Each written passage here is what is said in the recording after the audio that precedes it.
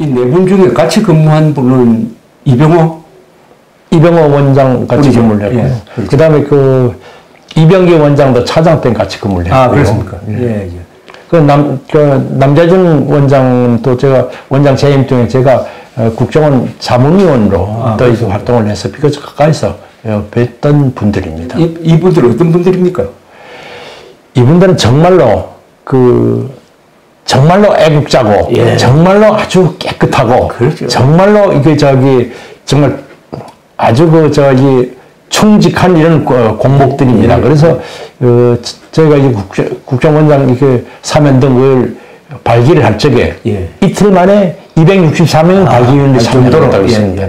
그런데 그렇게 했던 이유는 바로 이 세 분들 특히 남재준, 이병기, 이병호 이 원장들은 절대 법에 어긋나는 일을 절대 안 할 뿐이다. 분들이 아니죠. 네, 절대 할 사람이 아니다. 예. 그러면 뭔가 억울한 게 있을 거다. 그렇죠. 많은 사람들이 그렇게 공감을 했기 때문에 이틀 만에 264명이 발기인으로 참석하게 됐습니다.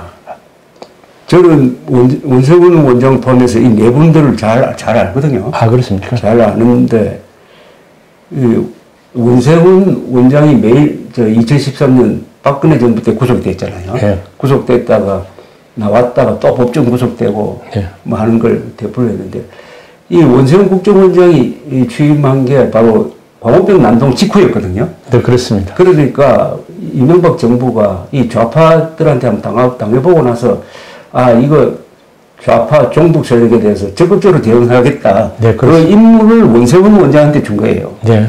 그 전에 이 국정원장이 좌파 정권 시절에 상당히 종북 세력하고 정면 대결 안 했잖아요. 네, 그렇습니다. 그러니까 이분한테 그 임무를 주놓으니까 이분이 이런 악역을 맡을 수밖에 없어서요. 네, 그 대통령도 그걸 원했고. 네, 그렇습니다. 그리고 굉장히 이 열심으로 아마 오랜만에 이 종북 세력하고 싸우는 국정원장을 보게 됐다고 네. 좋아했습니다. 네. 그럼 그 당시에 김관진 장관이 또 들어갔거든. 네, 그렇지 않습니까? 네, 그렇습니다. 네. 근데 김관진 장관 또한 군에서 전문 교육을 많이 시켰습니다. 이분 또한 이 이념 문제에 대해서 확실한 생각을 갖고 있었어요. 그래서 저도 그때 군부대 다니면서 강연을 많이 했는데 전문 교육 보니까 이렇게 적였더라고. 대한민국 바로 알기, 자유민주주의 바로 알기, 북한 정권 바로 알기, 그리고 종북 세력 바로 알기. 네. 요걸 4개를 딱 정해가지고 하는데, 그래서 원세훈, 이명박 정부 때 이야기입니다. 원세훈, 그리고 김관진 두 사람이 국가를 지키는데 역할을 많이 했습니다. 네, 그렇습니다. 안 하고, 그 전에 국정원장처럼 뭐, 편하게 지내고, 좌익세를 까고 안 싸웠으면 원세훈 씨가 감옥 갈 리가 없죠. 그리고 이 남재준 원장은 군인으로서 말하자면 정평이 나 있는 게 가장 강직한 군인이었지 않습니까? 네, 가장 강직한 분입니다. 육군 참모총장 중에서, 네. 그죠? 가장 강직하고, 김관진 장관은 가장 용감한 사람이고, 네. 이병호 원장은 어떻게 보면 영국 정보기관원 같은 분이죠. 네, 그렇습니다. 그렇죠. 젠틀하면서, 네. 이 프로페셔널하고, 네. 그다음에 아주 온건하고, 경우에 없는 짓을 절대 하라는 분이고. 불법 같은 건 상상을 할 수 없는 사람입니다. 이병기 원장도 마찬가지죠. 이분이 뭐 전력은 보면 과거에 노태우 대통령에 의해서 발탁이 돼가지고 거기서 근무를 하고 참 부드러운 분이고. 네, 또 어떻게 보면 외교관 출신 아닙니까? 네, 그렇습니다. 절대 무리를 하지 않는 분이 무슨 작당을 해가지고 뭐 반역을 일으킨다든지 아니면 뭐 수백억을 어디 뭐 감춰두었다든지 하는 거라고 생각할 정도로 이렇게 중형을 받고 지금도 감옥에 있다는 거는 이거는 참 통탄할 일입니다. 참 그 이병기 원장은 참 안타까운 것이 국정원장 재임한 게 불과 7개월입니다. 그러니까요. 7개월 동안에 나라를 위해서 나쁜 짓을 했으면 뭐 큰 나쁜 짓을 했겠습니까? 그런데 그게 바로 2년 6개월형을, 3년형을 받았습니다. 7개월 근무하고. 참 억울하다고 하지 않을 수가 없습니다. 그리고 공통점이 있습니다. 이 네 분은 종북 세력과 싸우고 특히 김정은과 싸운 사람. 네, 그렇습니다. 김정은과 싸운 사람. 김정일, 김정은과 싸운 사람들입니다. 그러니까 이거 크게 보면은 이 김무성주의자 운동권, 흔히 조사파 운동권이 헤게모니를 잡았다는 이 문재인 정권이 검찰이라는 칼자루를 잡고 김정은 대신해서 복수한 거예요. 이거 복수. 김정은 복수를 대신해 준 거 아니면 이해가 안 됩니다. 네, 이병호 원장님 경우에는 북한이 아주 제일 싫어했죠. 네, 아주 죽이겠다고 네. 그렇게 선언을 했었습니다. 그래서 잠깐 구속 기간 만기가 돼서 이제 재판 받는 중에 지금 풀려나 있었습니다. 그렇죠. 그때도 국정원이 경호를 해줬어요. 네. 그러니까 아주 사실적인 첩보가 있었기 때문에 이제 그렇게 한 거죠. 그런데 그 싸움을 북한과의 싸움을 바로 우리 재판부가 해준 거죠. 그러니까 검사와 판사가 이게 무슨 김정은의 대리인이 아니라면은 어떻게 이렇게 죄도 안 되는 걸 죄로 만들어 가지고 이렇게 가혹하게 할 수가 있느냐. 여기에 대해서 국민적인 분노가 있어야 되는데 이 네 분이 다 비밀 정보기관 출신이니까 이 공개적으로 뭘 하기도 그렇고 또 기자들이 재판할 때 나타나지도 않아요. 기자들도 무심하고 해가지고 결국 이런 참사가 있었습니다. 이 참사입니다. 문명국가에서 정보기관장 지낸 네 사람이 감옥에 있다는 것은 대외적으로 한국의 국격을 떨어뜨리는 거고 더구나 다른 정보기관과 협력이 안 되잖아요. 네, 그렇습니다. 그게 가장 분한 일이죠. 창피한 일이고요. 네. 그런데 국민들을 그냥 무관심한 건 아니고요. 네. 저희들 이런 운동을 하는데 많은 격려를 받았습니다. 네. 그리고 또 정말 이렇게 국정원장도 정말 억울하게 지금 들어갔다. 그래서 참 이런 분들 빨리 나와야 된다. 네. 또 국정원이라는 게 원래 더러운 일을 하도록 만들어진 조직 아닙니까? 그렇죠. 그렇지 않습니까?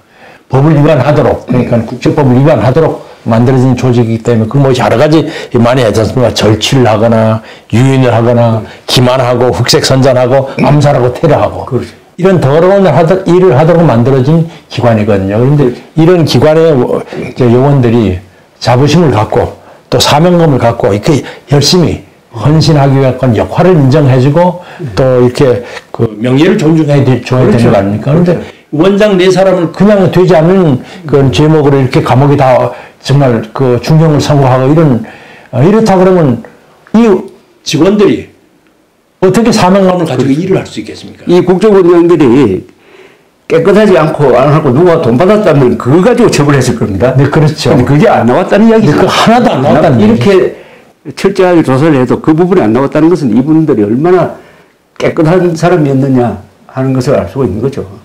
공무원으로서는 아주 모범적인 공직자들입니다. 예. 그건 저희 직원들이 다 잘 알죠. 예. 그러니까 이제 정권이 바뀌었으니까 결자 해지라는 것은 윤석열, 한동훈 이런 분들이 이 네 사람을 감옥에 보내는 데 앞장섰으니까 이제 이분들이 결국 법적으로는 사면 복권입니다. 네, 그렇습니다. 그런데 이제 우리 전직 형을 받았던 직원들도 다 이제 윤석열 지지하는데 나라가 위기에 달한다는 그것도 있었지만 또 한 가지 이렇습니다. 국정원 직원이라도 위법한 일이 있으면 검사가 기소할 수 있는 겁니다. 그렇지 않습니까? 찾아 기소하는 건 검사의 일이고요. 그래서 거기에 대해서는 우리 직원들이 그렇게 검사로서의 역할을 다 하고 그럼 재판부가 제대로 하면 되는 거 아닙니까? 그런데 이제 재판부가 제대로 된 균형된 판단을 이제 하지 않았다 이렇게 생각하는 거죠. 미국 경우에도요, CIA가 어떤 예를 들어서 관타나마 이런 데서 테러리스트들, 테러 협의자들을 이제 조금 강압 수사를 하지 않습니까? 그렇죠. 그 강압 수사하면요, FBI가 끝없이 뒤에 추적을 합니다. 예. 추적해갖고 그걸 기소하려고 노력을 합니다. 그래서 민주국가는 기소하는 어떤 임무를 가진 데는 역시 기소하라고 노력을 하고 또 국가를 위해서 또 다른 일을 하는 사람들은 열심히 일을 하고 그런 점에서 이제 제도가 균형을 맞추고 이제 그렇게 바라가는 거 아니냐 싶습니다. 그래서 우리 직원들도 그런 걸 많이 생각을 하고 있습니다. 그래서 개인적으로 윤석열 검사장 검찰총장 중앙지검장 이런 분들이 그렇게 생각하지는 않습니다. 그러나 이제 앞으로 이렇게 됐으니까 또 결자 해지라고 또 그런 것들 여러 가지 생각을 해 주시는 게 맞지 않느냐 하는 생각이 듭니다. 오죽했으면 이번에 말하자면 그런 적폐 수사로 구속됐다가 실형 쓸고 나온 사람이 이번에 윤석열 후보 지지를 공개적으로 증명한 사람도 있잖아요. 네, 있죠. 네. 전원이 다 그렇게 했습니다. 네. 아주 나와서 아주 연설도 하고 그랬습니다. 네. 그중에 제가 한 분은 참 억울하게 들어갔는데 개인적으로 만나니까 이재명이 당선되면 한국은 적화된다. 네. 그러니까 피눈물을 씹으면서 윤석열 후보를 지지할 수밖에 없다. 또 그런 식으로 주변에 이야기하고 있다. 이러더라고요. 네, 근데 밖에서 보기에는 다 지난 일이니까 툴을 털고 이제 할 수 있지 않느냐 생각하지만 실제 그분들은 그렇지 않습니다. 그러니까 연금을 박탈당했지 않습니까? 야, 그 국장을 하다가요. 지금은 이제 생계가 안 되니까 생활이 어려우니까 그런 자식들도 있고 이러니까 그러니까 택배 일 하는 사람도 있거든요. 아, 그 정도입니까? 네.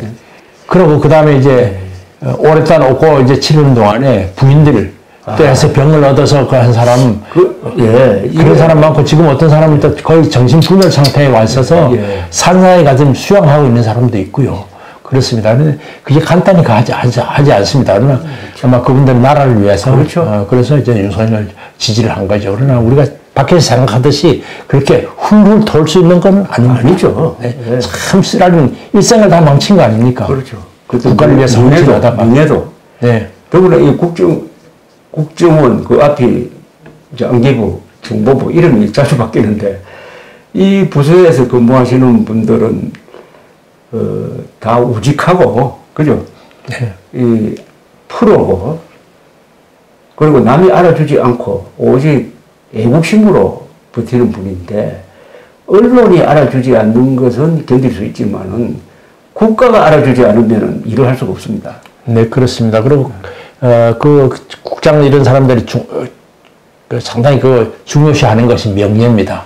저 이제 우리 일생 다 망가졌습니다. 그러나 명예만은 좀 지켜주십시오. 그렇죠. 이제 그렇게 며칠 전에도 저한테 이렇게 전화를 온 사람이 있습니다. 그래서 감옥에 있다가 나와서 전화를 했는데 참 감사하다고 그 사면운동 해줘서 감사하다고 그러는데 그 이유가 바로 무슨 다른 게 아니고 저는 명예를 회복하도록 좀 그렇게 해주셔서 감사합니다. 이렇게. 자, 그렇게 되면 이제 이 박근혜 전 대통령은 이제 사면 복권됐고 이제 이명박 대통령이 남았습니다. 그죠? 네, 그렇습니다. 이명박 대통령 사면할 때 지금 구속 수감되어 있는 네 분을 같이 사면해야 됩니다. 네, 그렇죠. 그리고 그렇죠. 박근혜 대통령하고 이명박 대통령하고 관련이 있는 일 아닙니까? 그렇죠. 직접적인 관련이 있는데 다른 대통령 다 사면하고 그리고 이거 국정원장 사면 안 한다는 건 말이 안 되죠. 말이 안 되죠. 네. 법리상도 말이 안 되고 그건 뭐 의리상도 말이 안 되고 그래서 이 문재인 정권은 그냥 넘어갈 것 같고 윤석열 정부가 들어서면은 첫 번째 사면 기회가 있을 때 이명박 대통령과 내 국정원장을 사면 복권해야 된다. 네. 네, 그렇게 생각합니다. 그것이 화합을 위해서 중요하고 국가 안보를 튼튼히 하기 위해서 국가 안보 전사를 중요하게 여기지 않으면서 어떻게 국가 안보를 지킨다고 할 수 있습니까?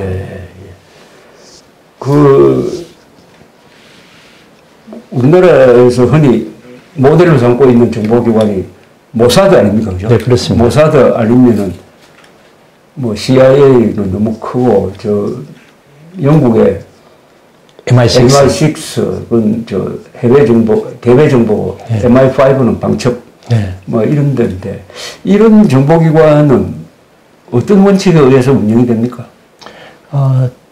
철저한 탈정치죠. 정치에 개입한 적도 없고, 정치인들이 사실은 국정원이 정치에 개입한 게 아니라 정치인들이 국정원을 정치에 끌어들인 거죠. 또는 정치인들이 국정원에 개입한 거지. 사실. 네, 그렇습니다. 그렇죠. 요즘에 거꾸로, 옛날은 아니지만. 그런 인식이 조금 다르고요. 그리고 이제 또 그 나라들은 다 그 세계를 지배했던 나라들이거든요. 그렇죠. 그리고 또 세계를 위해서 싸우는 것이 이제 모사드 아닙니까? 그렇기 때문에 어떤 정보기관의 역할에 대해서 아주 잘 이해하고 있는 거죠. 그리고 우리가 모사드에 대해서 하나 잘못 알고 있는 것이요. 모사드는 정보 수집하고 이런 기관이 아닙니다.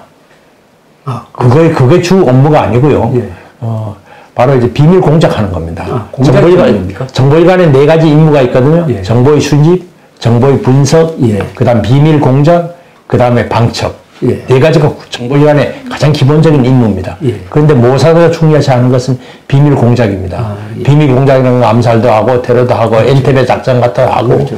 그다음 아르헨티나에 있는 아이히만 납치해서 유대인 데리고 납치하고 이런 걸 하는 거거든요. 예. 지금 그 모사드는 그런 걸 하는 겁니다. 우리는 지금 그 국정원 하면 정보를 수집하는 걸로 이렇게 하는데 정보 수집은 국정원의 사실 좀 정보기관에 우리 같은 정보기관에 아주 제1의 임무는 아니라고 생각합니다. 그래요? 예. 그리고 이제는 정보가 많이 공개가 됐기 때문에 정보기관 안에도 정보 분석할 수가 있습니다. 그래서 국정원은 앞으로 이제 비밀 공작해서 북한을 개방시키고 북한은 이제 어떤 그러니까 남한에 대한 남침 야욕 이런 것들 꺾고 이런 것들 공산화 혁명하겠다는 이런 야욕을 꺾고 하는 이런 역할을 해야 되는데 그러기 위해서는 정말로 국정원이 단단해져야 되고 국정 요원들이 사명감을 가질 수 있어야 되고 이렇게 되거든요. 그런데 지금 같은 상태에서는 참 국정원이 정말 회복하기 어려운 상태를 너무 입었다고 생각합니다. 그러니까 이 대통령과 정치인과 언론이 국정원을 어떻게 보고 국정원이 무슨 일을 해야 되느냐 하는 데 대한 이 나름대로의 정리가 있어야 될 것 같아요. 네, 그렇습니다. 국정원이 악역을 맡아가지고 반역 집단, 북한 농강정권, 너희 심부름꾼인 남한의 간첩망, 종북 세력과 싸우는 그 역할을 하는데 그러려면은 이게 합법적으로만 할 수 있느냐? 또는 이게 관료적으로 다 일일이 결재를 받아서 할 수 있느냐? 시간과 다투는데 지금 테러 분자를 잡았는데 이 묵비권을 계속 행사한다. 그러면은 계속 합리적으로 설득했으면 할 수 있느냐.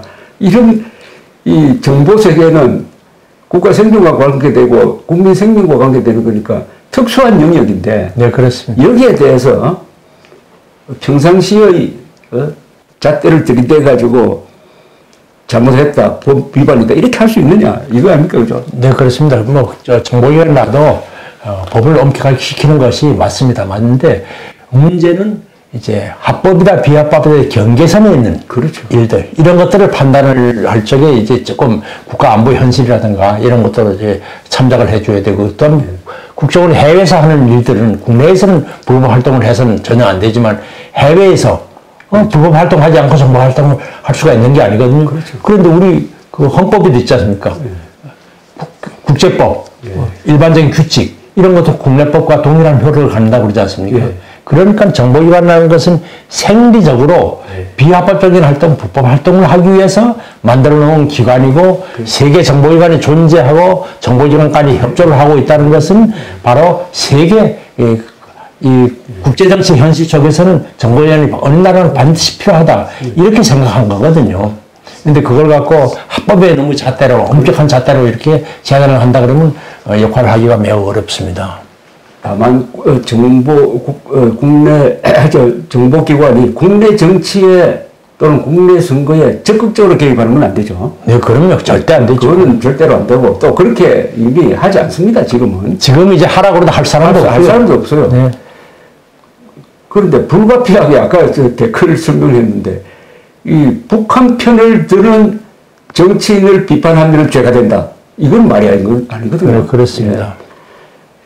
그리고 행부장한 북한 농강정권과 음지에서 싸우는 게 국정원의 역할인데 우리 세계에서 정보기관의 역할이 가장 중요한 나라가 한국 그리고 이스라엘 같은 나라인데. 네, 그렇습니다. 그러면 이스라엘 정보기관의 운영 방식을 우리가 모델을 할 수밖에 없잖아요. 그죠? 네, 좀 배워야죠. 그런데 이스라엘은 모사드 보니까 거의 법의 통제를 안 받는다 그러대요. 맞습니까?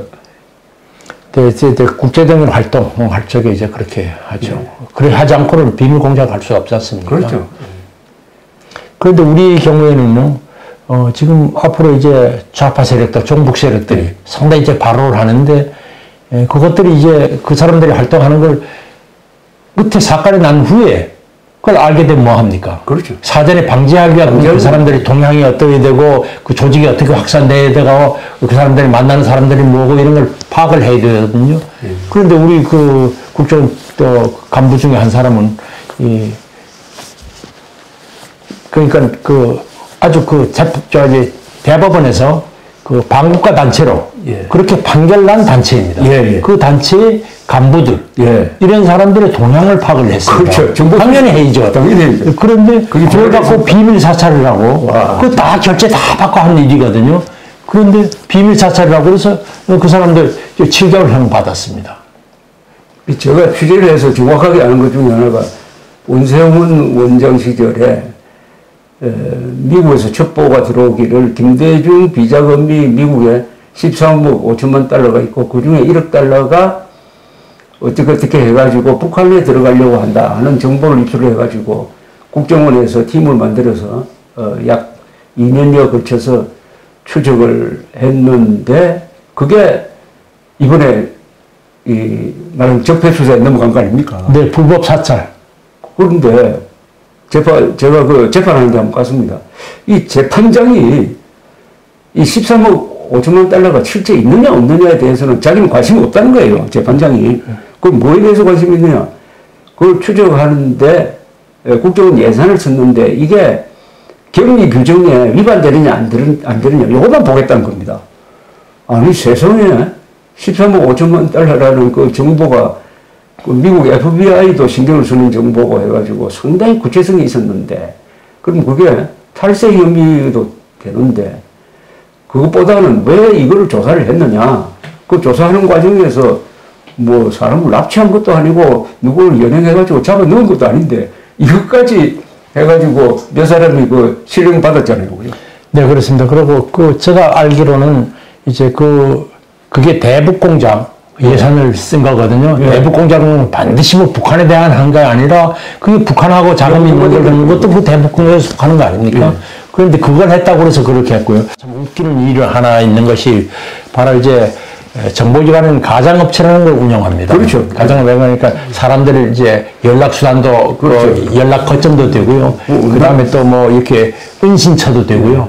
그 다음에 또 이렇게 가장업체를 운영해서 수익이 생기면 그거 갖고 현지 공작 자금을 전달하기도 그렇죠. 하고 조달하기도 이렇게 하거든요. 그러기 위해서 가장업체를 운영하는데 가장업체에서 이렇게 생성된 이익을 예. 그걸 갖고 이제 공작할 때는 활용을 해야 되는 거예요. 그렇죠. 그런데 그걸 왜 그게 생겼으면 이익이 생겼으면 예. 국고에다 환수하고 예. 다시 예산 신청해서 하지 않고 왜 그걸 함부로 썼느냐.